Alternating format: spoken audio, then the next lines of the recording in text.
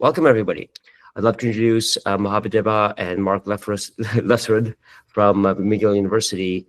And they're talking about, well, modeling the development of plants and kind of like looking at them in this wider ecological scale. Welcome. Okay, hello.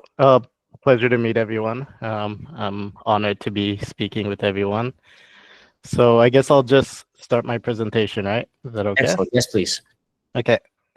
So hello, everyone. My name is Mohamed, and today I'll be introducing the topic of predictive pattern recognition of plant growth traits in simulated and controlled environments. I'll be speaking on behalf of Professor Mark Lefsrud and myself, as much of the work that I'll be presenting is the work that I've done in the last few years. Okay, so I'll just start by introducing ourselves. So today with me is Professor Mark Lefsrud. He's a professor at McGill University, Department of Bioresource Engineering, and he's in charge of the biomass production lab.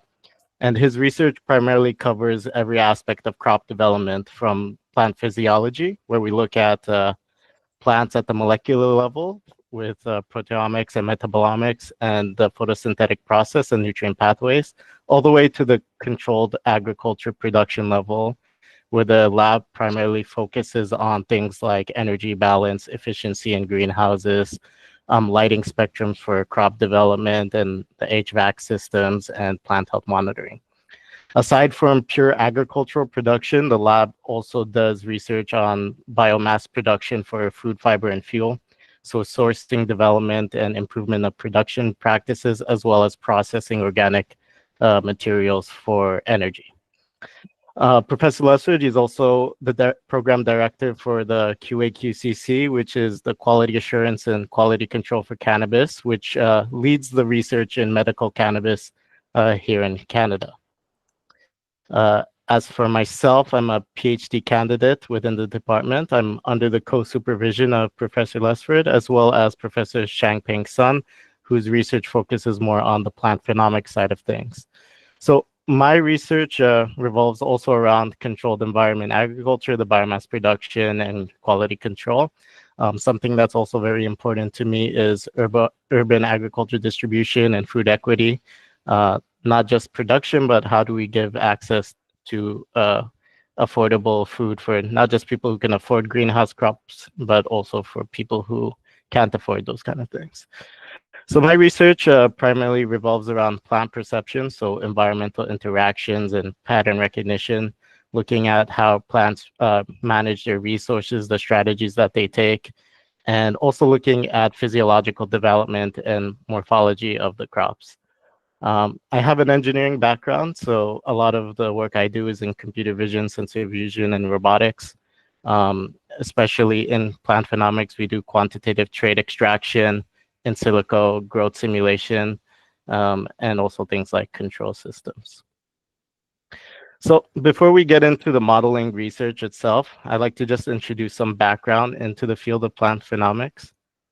So I've been working in controlled environment agriculture for about 15 years now, both in industry and academia. And based on my experience, I've broken down phenomics research into three main categories. The first is trait discovery and quantification, where we look at things like biomass estimation, plant disease detection, trying to look at morphology of the crop, so 2D to 3D reconstruction using images, classic computer vision techniques like plant organ segmentation, and also multispectral vegetative health assessments.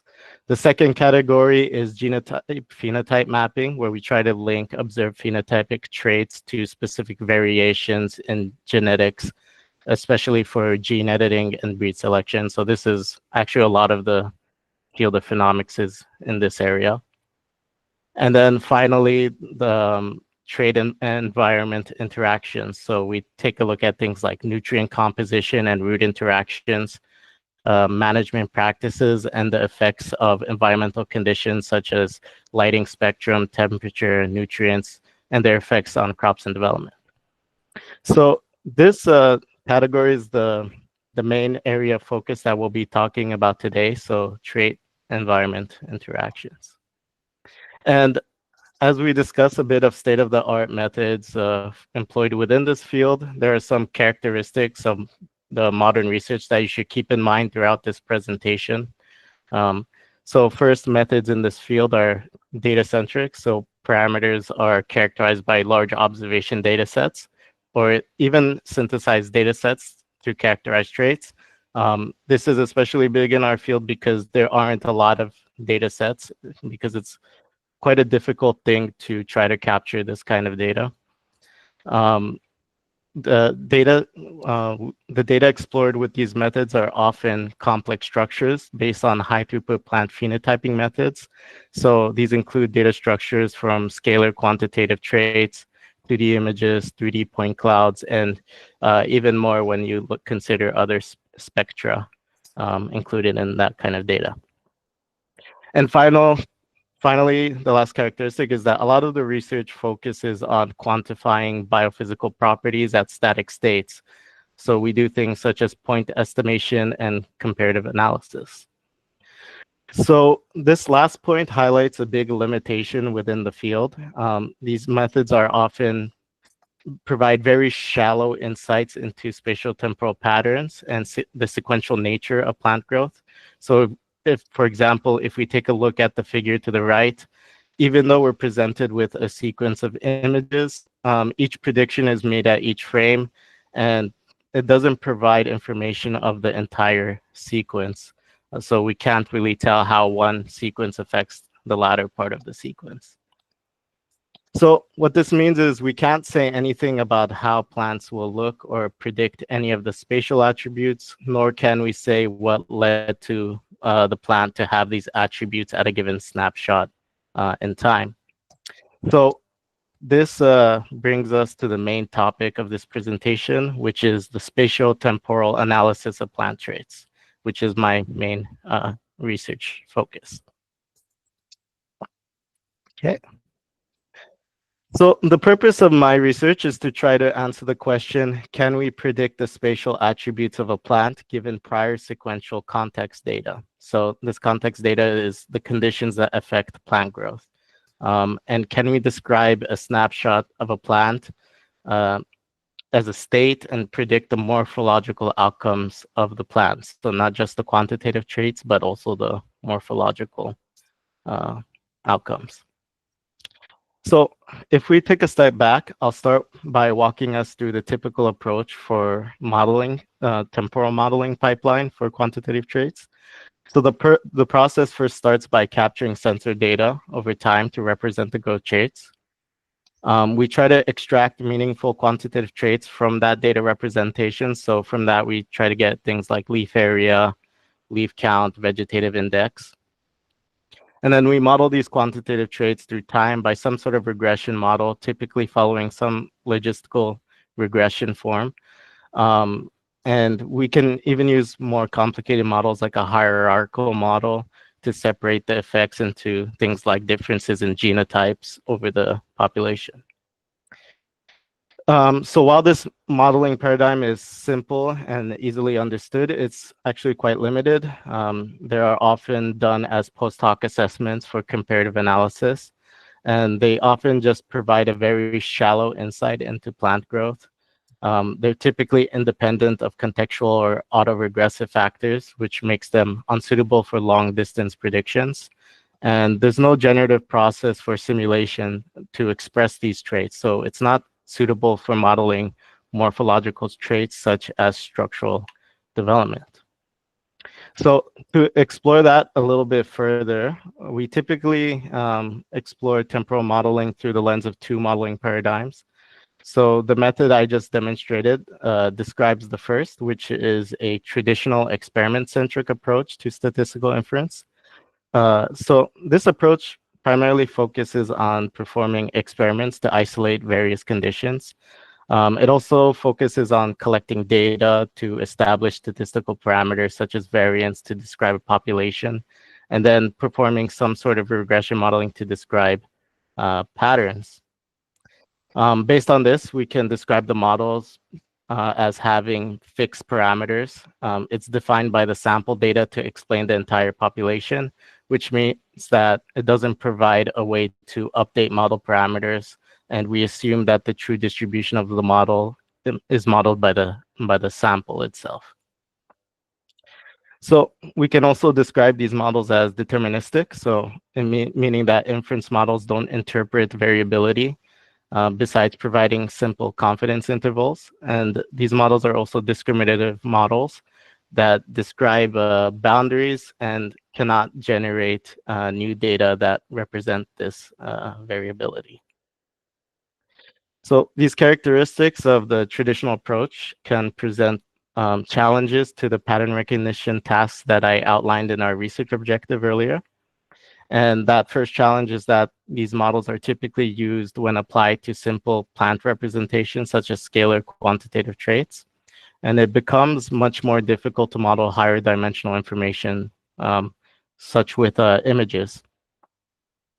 The second challenge is that since they're deterministic, they don't inherently model uncertainty. So variability must be explicitly modeled in order to perform any sort of inference on morphological outcomes. And finally, any variations from new data that don't follow the fixed statistical parameters that describe the population will lead to overestimation in confidence. So once we're presented with new conditions, new time periods, they will overestimate and the model will not be as accurate.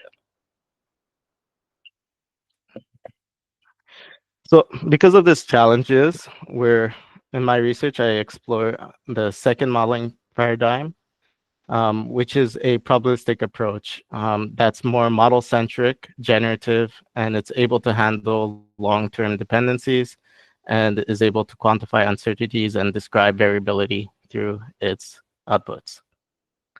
So with that in mind, I'll walk us through our proposed approach for spatiotemporal modeling. Sorry if I take a pause, I'm just drinking some water. Okay, so before we dive into the specifics of our model, in order to test our theories, we've compiled a test data set, which by no means it's not a full comprehensive data set, but embodies the type of data and phenomics research that we would apply our models towards. And this data set covers the growth of basal plants. And the basal plants were grown in these vertical systems here, and they have two cameras mounted at different angles. And the data is collected over 2 months. It covers 4 different growth trial cycles under varying conditions. So we have 4 of these systems under different varying conditions. And through that data collection period, we collected over 448,000 images, approximately 640 by 40 pixel RGB images. And we trained the model on a small subset of these images, and the rest were used for validation and testing. And here you can see a sample of what that data looks like of the plants growing over time. And along with the image data, we also collected sensor data as our conditional parameters. So environmental data such as temperature, ambient humidity, nutrient data such as the water consumption, so the level, reservoir temperature, nutrient pH, electrical conductivity. We also have like scheduling data like lighting and irrigation schedule and some image metadata. And we had a data sampling frequency of 10 minutes. So every frame that you see here corresponds to a data point collected under these sensor data so that we have, that's our quote unquote labeled data. So it's also notable to mention that one preliminary approach that we considered is a sequence-based frame prediction.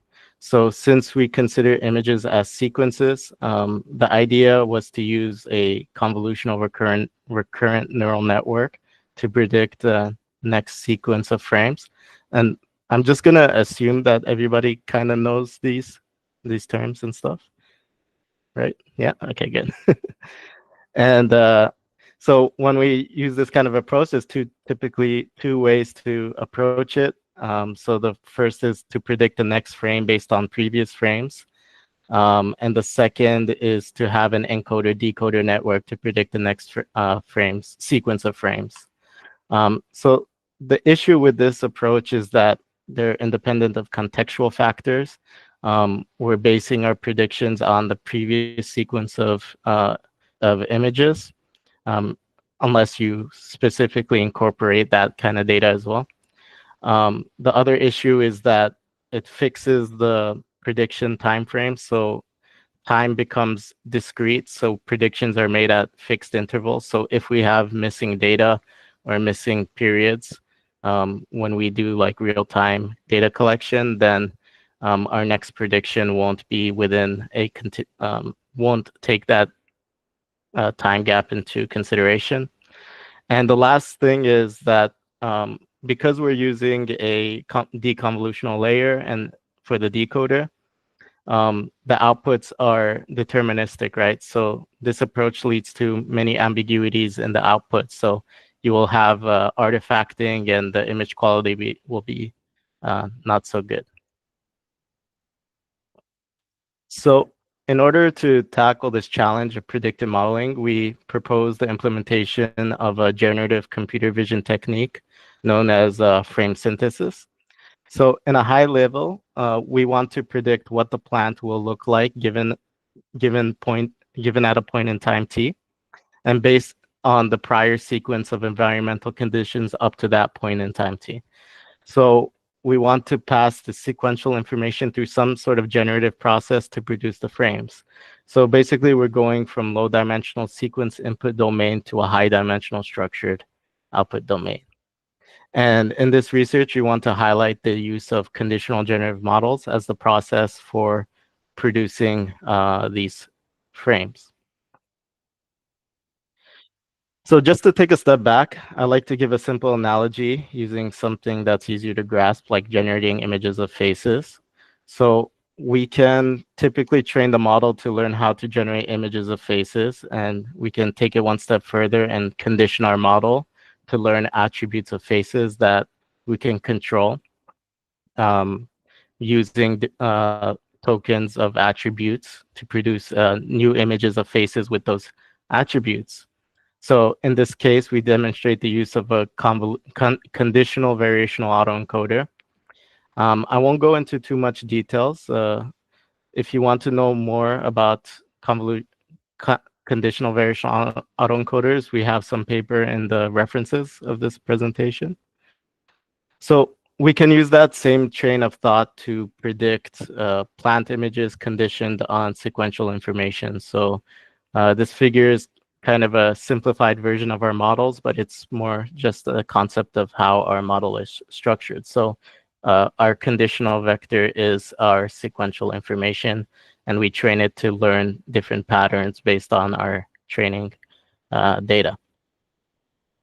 So here's the full overview of the network. We call it the sequence-informed plant growth simulation, or CPICS for short. And since the model can be quite boring to explain, I'll just go over the major components at a high level. And you can read more about the implementation in the paper that we published recently. Okay. So the first component of the model is a LSTM sequence encoder. What it does is it compresses the prior sequence context information into a vector representation X using a recurrent neural network. So you can think of this as just a way to learn and embedding the vector representation of the temporal patterns of the patterns. And then the second component is our generation model, which follows more of the conditional variational autoencoder. And what it does is it generates predicted outputs conditioned on that vector X that we pass through. And what it does is it tries to learn a prior distribution in the latent space so that we can sample it for the decoder space. Okay. And then we also include a generative adversarial network, which includes a generator decoder for generating images and the discriminator for promoting realistic image synthesis. Okay. So let me ask about the kind of the intuitions here. Yeah. So first of all, why did you separate uh, I guess context is the sequential sensory stuff, whereas the primary input is the image. What's the motivation for splitting it up in this way? Like, do you want to change the context to be like if the temperature was something else? Is that the separation idea? Yeah, exactly. So when we're training, we're actually feeding the images as our training data. But when we're doing sampling, so the sampling is the purple line here. So Mhm. we disconnect the images, and just look at the uh, this Mhm. information. So what we want to do is hypothetically, what would the plants look like given this sequence of conditional parameters? Um, and actually, um, we do have a version of the model, which is the R, where it's actually a bigger model where we incorporate the outputs of the models back in Mhm. to the generator. So it does. So what we do is we introduce like the first few sequences of images, and then from that it's like an auto-regressive model. So it'll predict based on the previous predictions, Mhm. along with the the conditions as well. So that's kind of the intuition. We want to know what a plant would look like, or that specific crop would look like under these conditions in this system. Right, and you would feed in what a distribution of temperature is a single temperature. I mean, like, or all the sensory Oh, data. yeah. So the idea is it's kind of done sequentially. So first you would input your over time. Mhm. So basically your time. Yeah. So let me explain that better. Mhm. So let's say you want to make a prediction at time t. You input the everything up to that point in time t. So all that data up to that point in time t, Mhm. and it predicts based on accumulated effects. Mhm. So you input every sequence prior, and it's additional. So it's Mhm. so it's predicting a static state, like a point in time. But because it's VAE, you can sample from it. Exactly. Okay. And so now, structurally, this seems a lot like the convolutional recurrent net. I mean, except for the fact that, I mean, convolutional is usually images, but now you have sensory. But basically, this seems like the probabilistic version of the recurrent CNN. I mean, is that fair? Or were there like other Yes. details that are structurally different? Actually, yeah. There's actually a lot of similarity. The main difference is that now we're sampling from a latent space, a Hmm. latent. So that's where the probabilistic aspect comes into it. So rather than having direct deterministic outputs from the input of a decoder, so basically the difference between, let me go back from this and this is we kind of detach this part. So Hmm. this part is the added part, basically. Hmm. Um, so yeah, Okay. So the maybe the right way of thinking about it, it's I mean it's also time is just treated like the previous one, but it seems like the big thing is capturing the full breadth of possible futures as opposed to saying it's going to be like this. exactly. So if you were to sample a different latent variable, like we just do it randomly or we keep it fixed. Like let's say we want one simulation, we keep a fixed latent variable that's randomized and it's coherent through the time. But if we want to do actually, I should have added. I'll if we have time at the end, I can maybe show you the difference between random sampling and Mm. yeah. So yeah, so basically, um, you're right. So it's a big hypothetical, um, big like the possibilities under different conditions or different seeds, basically, if that makes sense. That makes sense. Thank you very much. No problem. Okay.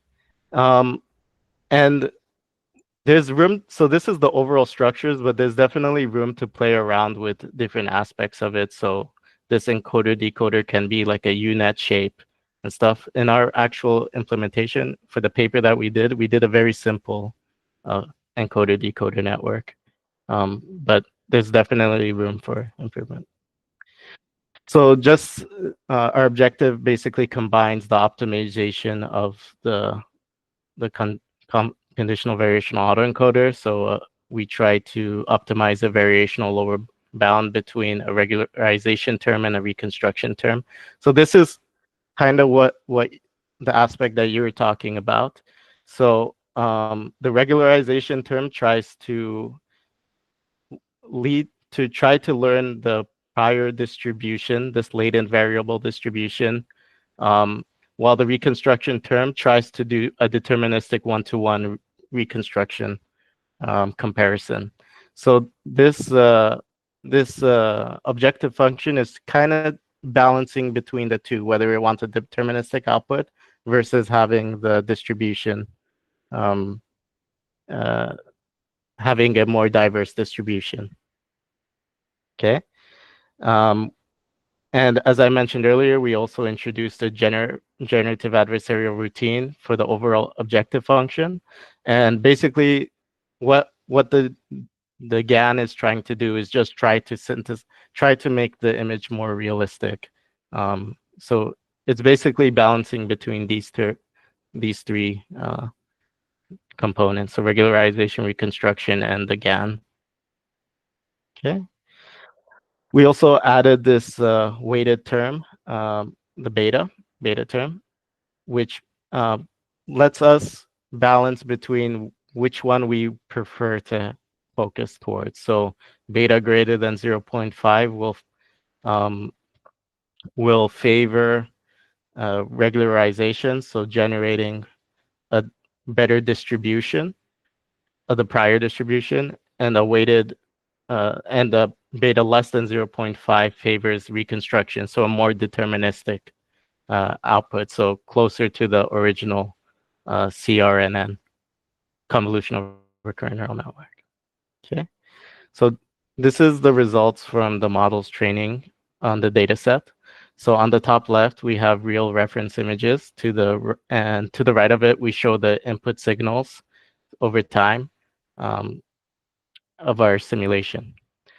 So wait, you can see that the model is not perfect. It will always have some ambiguities in it because the convolutional variational autoencoder is not actually the best way to reduce these ambiguities in generalized structures because it still has that reconstruction term, but it's able to capture spatial temporal development of the basal plants over time.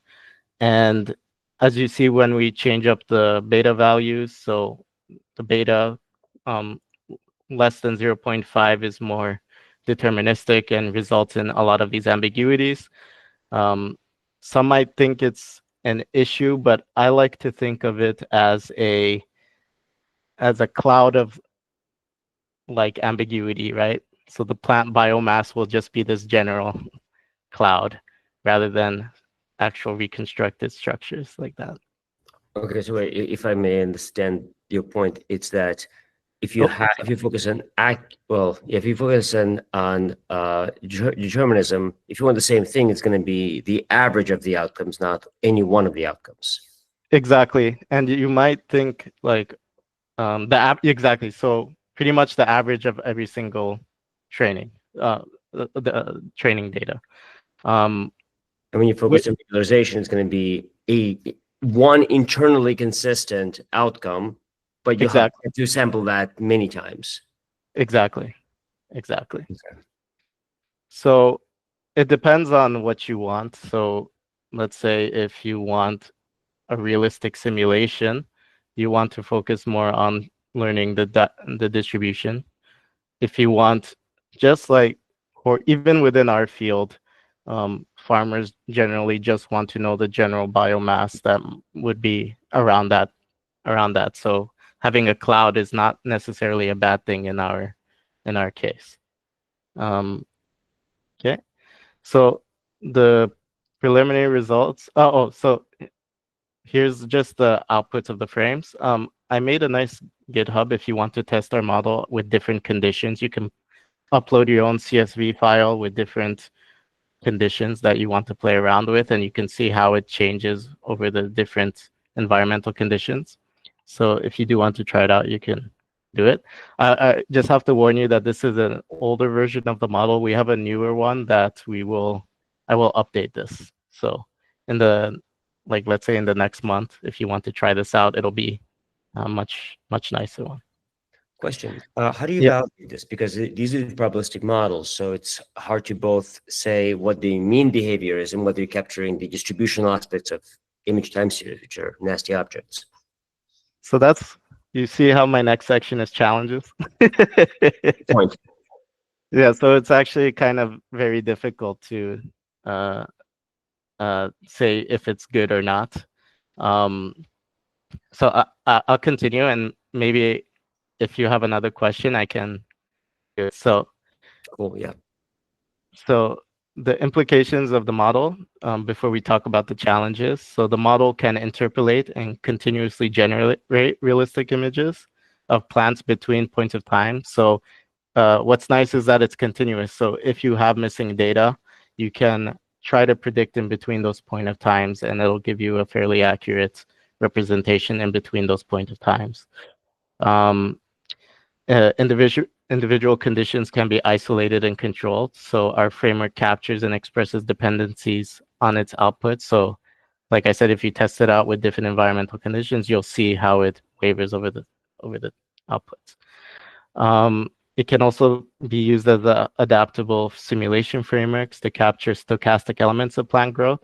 So as you were mentioning, we can sample different latent values, and it will give you a different hypothetical, different simulation um, each time. So we can kind of understand the stochasticity of the simulation. So, well, obviously, there's many challenges with the model itself, and much work can be done to improve the model. So one of the challenges for this model is the lack of quantitative metrics for assessing morphological quality of the generated frames. So uh, in our work, we evaluated our model on generation quality. So evaluation of realistic synthesis of the scene, which is basically reconstruction loss and an FID score. Um, so reconstruction loss is like a pixel-wise one-to-one comparison, and the FID score is more like a general image quality, uh, whether it's realistic or not. So, and then the other metric that we used was frame coherence. So the smooth, we defined it as the smooth and proportional development of plant structures between frames respect to time. So what that meant was if there's a big jump in time, or a small jump in time, if the frames had too much differences, it would recognize that as being not so good, because generally we understand the plant growth to be a smooth, like we said, logistical regression growth pattern. So if it were to jump significantly, then it's not a good simulation. Is it like Uh, a thresholding thing on the derivative or something? Yeah, something else. Like, how can you put bounds on something like that? so it's not well, but this was not used to train the model at all. Mhm. It's just as an evaluation of the model, Mhm. comparing it to other models like just the conditional GANs and stuff. So we didn't bound it. We just let the model train on that. Oh, so you just say like whatever that maximum like jump between frames, you just quantify it and say how bad can it be? Yeah, exactly. And we use like a exponential decay to weigh the score, basically, Mhm. to say bigger jumps at less time is bad, Mhm. basically. So, but that brings us to one of the major issues is that assessment of the quality of morphological structures. It really requires expert understanding of plant structures. So, for example, when we look at plant roots, there's like primary roots, secondary roots, and different types of branching structures and stuff like that. And it's very difficult to have a quantitative metric for saying that it's good or not good. And it usually requires some expert understanding. So we can't really um, gauge our model too much besides saying it looks good or not. So we often rely on qualitative observations. So here you had a discriminator component. Yeah, How usable is that thing? Because that would be a visual discriminator that can detect presumably such features. yeah, yeah. That's a potential area of improvement. So because our data set, so like we said, it's a toy data set. It's not a comprehensive data set. So there's very difficult to have um, that labeled. We just wanted to test whether the spatial temporal aspect of the prediction worked. And now our main focus of research is incorporating that knowledge information. So we can maybe try to incorporate that information into the discriminator of the actual model itself. So yeah, that's somewhere that we can definitely try to improve things. So another challenge is that when we compare it to traditional regression approaches, our model is much more requires much more data that captures diverse conditions, which can be logistically challenging to obtain. So, for example, we had 4 different growing conditions. Even though we have 448,000 images, technically we only are able to capture 4 different growing conditions over time, right? So if we want to capture a diversity of environmental conditions, that number, the amount of images per trial jumps exponentially, right? So so each trial had a couple tens of thousands of images. So if we want to run 100 trials on 100 different conditions, um, that becomes very logistically challenging. And that's why we don't have a comprehensive data set at the moment. Um, Another issue is that models can be much harder to interpret since we are using neural networks, right? We're doing opaque mappings between inputs and outputs. So it can be challenging to try to understand underlying processes. So we can do things like isolate one condition under each trial and see how these things affect plant growth and see how it uh, does, but it's not as intuitive as a regression model where you have these fixed parameters that we know what we're looking for and stuff like that. So that's another challenge that we can. Well, that's a good question because in like regular science, your data set should be a bunch of experimental interventions where you Yeah. control, everything except for one thing. Obviously, with these models, you don't have to be that constrained, but presumably the more orthogonal your experiments are in terms of the kind of the functional dynamic space of the plant, the faster you train your model, the more accuracy you get, and so on. Do you have, as a team or a field, any sense for how the trade-off goes? How experimentally orthogonal does your training data should, how should it be? Yeah, that's the one of the major issues I've been kind of tackling with. So you're right that a lot of these things, like if you go the more traditional route, you're trying to basically develop a mechanistic model, trying to understand underlying processes of this particular process of a plant. Where I see this kind of model is more on the like larger scale of things. Um, so if we do things like remote sensing, we look at crops over large periods. We have satellite images that take images consistently, um, and we just have all these variables that we want to look at. We can generate like hypothetical maps, like for example, for understanding climate change, how the like a hypothetical situation can um, affect certain areas. Um, tr- so I'm going to talk a little bit of certain applications of this model that maybe might consider like this aspect of it, but for sure there's definitely a trade-off of trying to develop mechanistic systems, which actually Professor Lefsrud's more into, you know, than I am. He's into learning about the specific protein and how it affects the specific component of growth.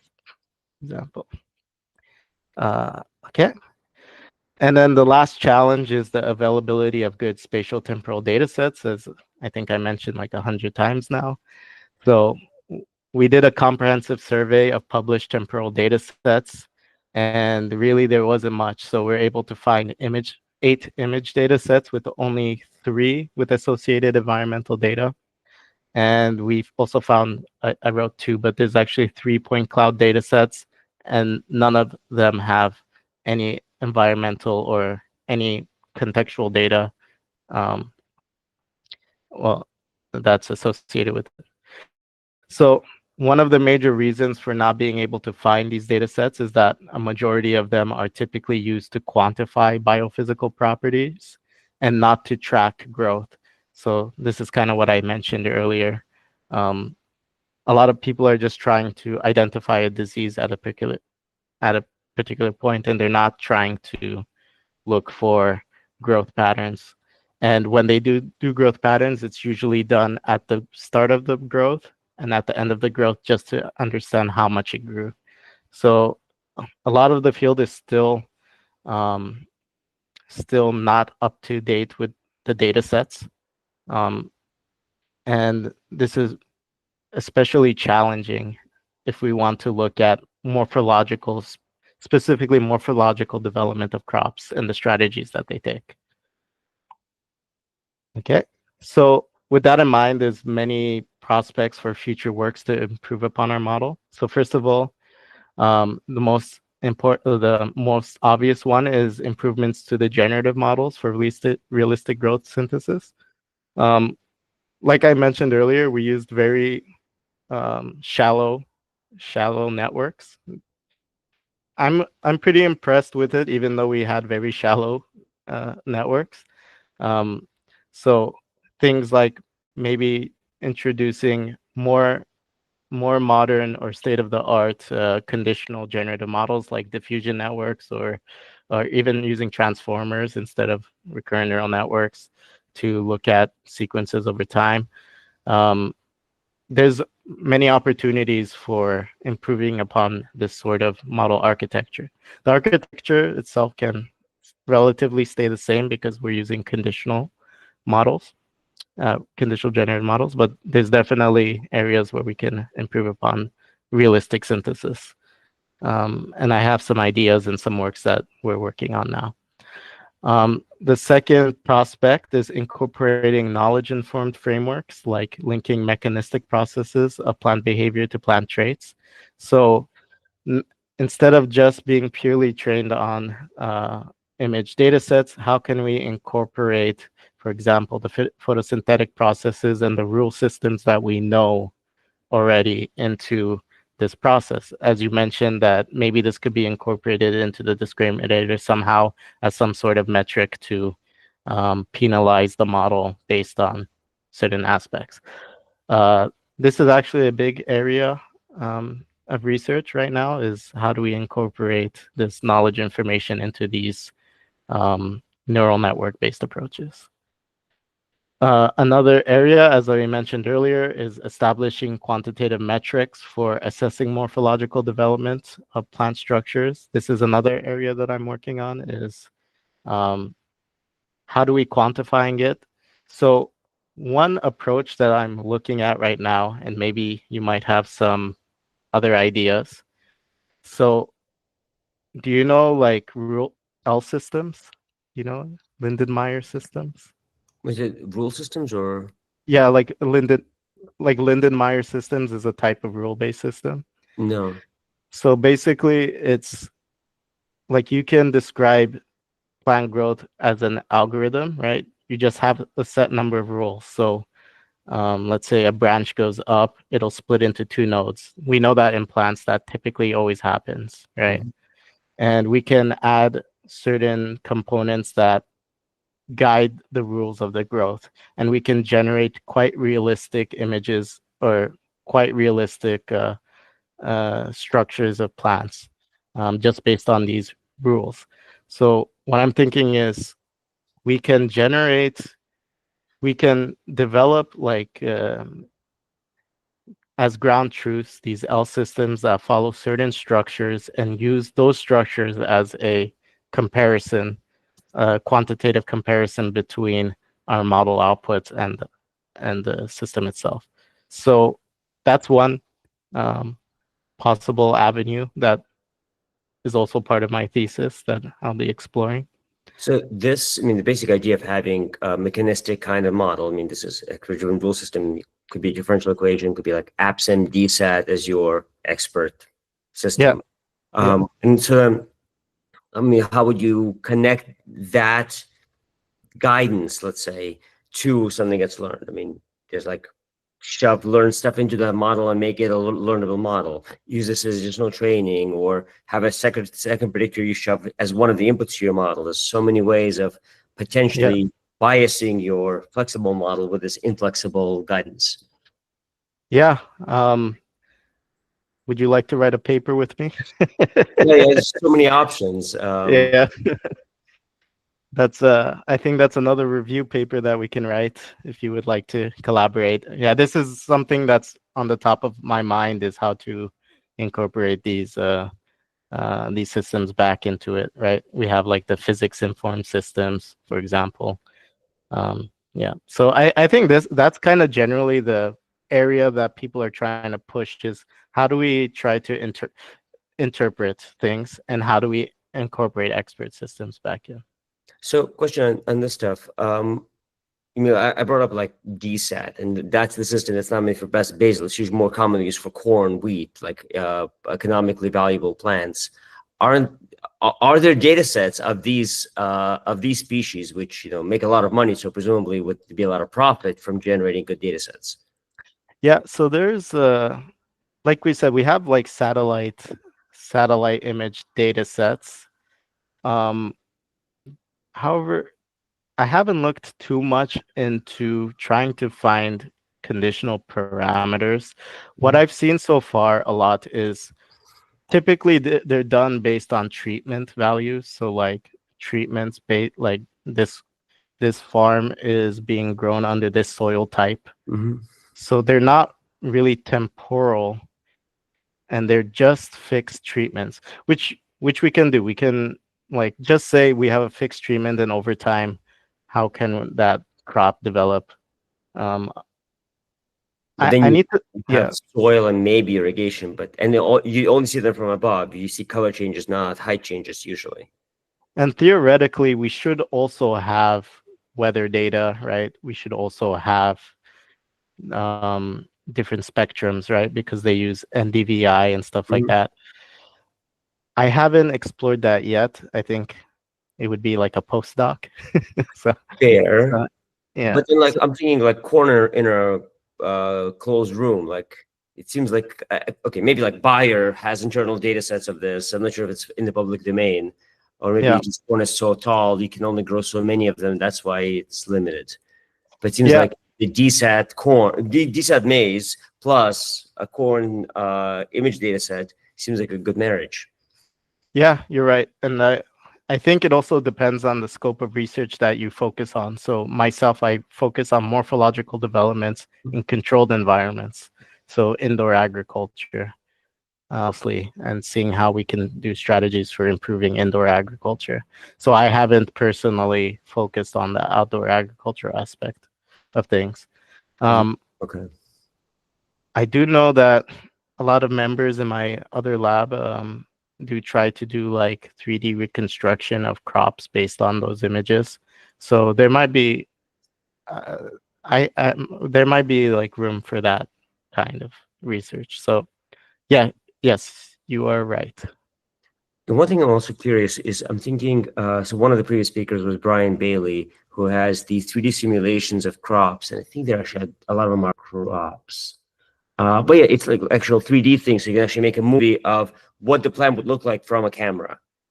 And those are mechanistic. I mean, they might be really tightly precise, probably not that much probabilistic. Well, there's some probabilistic, not nearly as much as yours. But that might be a more compatible bias because your morphology, he is Yeah. 3D structure. Is it from University of Toronto? No, this is Davis. Okay. It's called Helios. Yeah. So okay. Yeah. I think the big thing in our field is 3D reconstruction, 3D Mhm. reconstruction, and I feel like people are not focusing on growth patterns as much. Really, there's like other than our paper, there's only like one or two other papers that similarly resemble this kind of research. Mhm. So I think there's some sort of marriage to be had in that in connecting those two. Right. I can also imagine, I mean, your autoencoder, well, it's a little tricky. I mean, you can just shove a bunch of learned terms into their code base kind of thing. Yeah. Or, but with the sound up, it would not be purely differentiable. Um, but you're working on an encoded representation, which they don't have. So if you kind of create a neural surrogate on them to have an encoded representation of them, shove it into your model, something of that nature. But at least you can probably say that your images are consistent with one of their developments, but of course that assumes that they're right. Also tricky. Yeah. I know Or at least maybe you can yeah. pre-train your model on their images. So at least you can see Yeah. the good state before moving on to the more expensive data sets that are experimental. Yeah. I saw yeah, it's a bit tricky because I'm also looking at it in terms of so I've seen a lot of just sequence prediction Mhm. based without any environmental factors in consideration.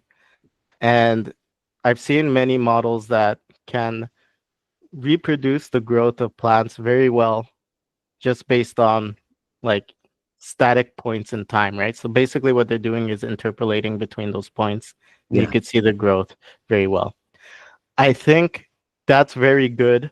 I think if we can incorporate uh, the conditionals, Mhm. I think it would make for a very strong, solid like stimulation model, for example. Yeah, so I guess I mostly focus on the temporal side of things. So I think, yeah, for sure. Like you said, there's a definitely a marriage to be had. So then, okay, I don't know. Do you have any more slides? Yeah, yeah, I have some Or more. you should go ahead with that for any more questions. Yeah, sorry. And so and then the last challenge, of course, is establishment of large open data sets and graphs. Okay. So just so that to end the talk, I'll just highlight some of the current works and some applications of this research within our lab as well. And so the first one is in order to deal with dataset challenges, we're developing a standardized open framework, motion platform, and pattern recognition dataset. We call it the CHIP, the Controlled Hydropon Image Platform. And the goal of this platform is to build image and microclimate data sets of a variety of crops. So along with just the camera, it also has fixed sensors to capture microclimate. Um, this is a small section, but usually it follows an entire rail. Um, the other goal is to capture multi-view images for that 2D to 3D reconstruction for observing morphological developments and to train our models and develop simulation frameworks using this data set. So a more robust version of our toy data set, basically, that's automated and that you can just grow plants, partner with a farm, have them just collect data and grow crops. Like I mentioned, it's standardized and open source. So if you want to um, build the system yourself, we're laying out all the instructions and on how to do so.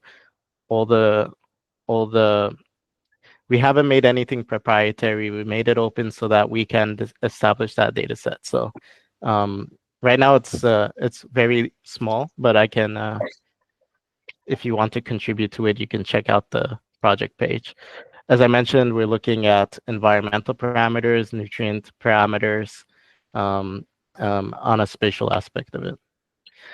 So I want to highlight 3 projects within our lab that take a look at application of our simulation framework, or try to extend them to try to extract some meaningful information. I'm not saying that it's fully fleshed out, but it's some areas that we're looking into. So the first is to explore the divergence of plant behaviors in remote areas, right? So we're working in collaboration with the Canadian Space Agency and the German Space Agency to apply our prediction models to grow plants on the moon for the lunar exploration program. And this program will have very limited human intervention. So what we want to try to do is apply our simulation model to predict root interactions and nutrient interaction, plant development based on management practices and environmental conditions. And one question we want to try to answer is, uh, uh, can we observe significant divergence from predicted models under normal conditions? And do we see divergence under lunar conditions? And can we try to explain why the divergence occurs? Can we look at specific areas? So, for example, we don't know much on the effect of microgravity. On the surface of the moon, it's like one tenth, I believe, right, Professor? One-tenth gravity. Yeah, something around there. So 1/6. Mhm. yeah, exactly. So we want to say, okay, is the divergence related to these information on the surface of the moon versus on Earth? And this is one way to do it without having constant experimentation on the moon, for example. So we would just need a couple of experiments done there. Second application is based on the work done by a colleague of mine, Yasmin Hidi. And it's trying to make sense of plant electrical signals at the stem nodes. So in her work, she's able to observe directional plant signals at the internodes of the stems. And we have some preliminary results and hypotheses on the behavior, but we don't know too much about the rule sets that dictate these signals. So one thing we're trying to explore is, can we exploit our observational models to try to link or explain plant signal behaviors based on various stimuli? Yeah, so that's another one. And then the third application, which is also done by Yasmin Hidi, is to develop a simulation to real framework, which would be used to control plant growth through reinforcement learning. So in her work, she developed a simulator for guiding branching patterns of plant using stimuli. As I mentioned earlier, L systems, which is like a rule-based system. So she based it on that and using light to try to guide plants. And the ultimate goal that we're trying to answer is, can we treat a plant like a robot and guide the growth of the plant by controlling various stimuli and having a simulation model that the plant will follow and grow in as we expected it to be. So it's kind of the inverse of my research in a bit. And just to leave you with some final remarks, to summarize the contributions that we're trying to make, just to summarize everything. So we're trying to advance techniques in probabilistic pattern recognition for plant growth, and using a simulation framework to capture structural dependencies over time. We want to develop an open image data set available for exploring comprehensive plant environment interactions over high temporal resolutions.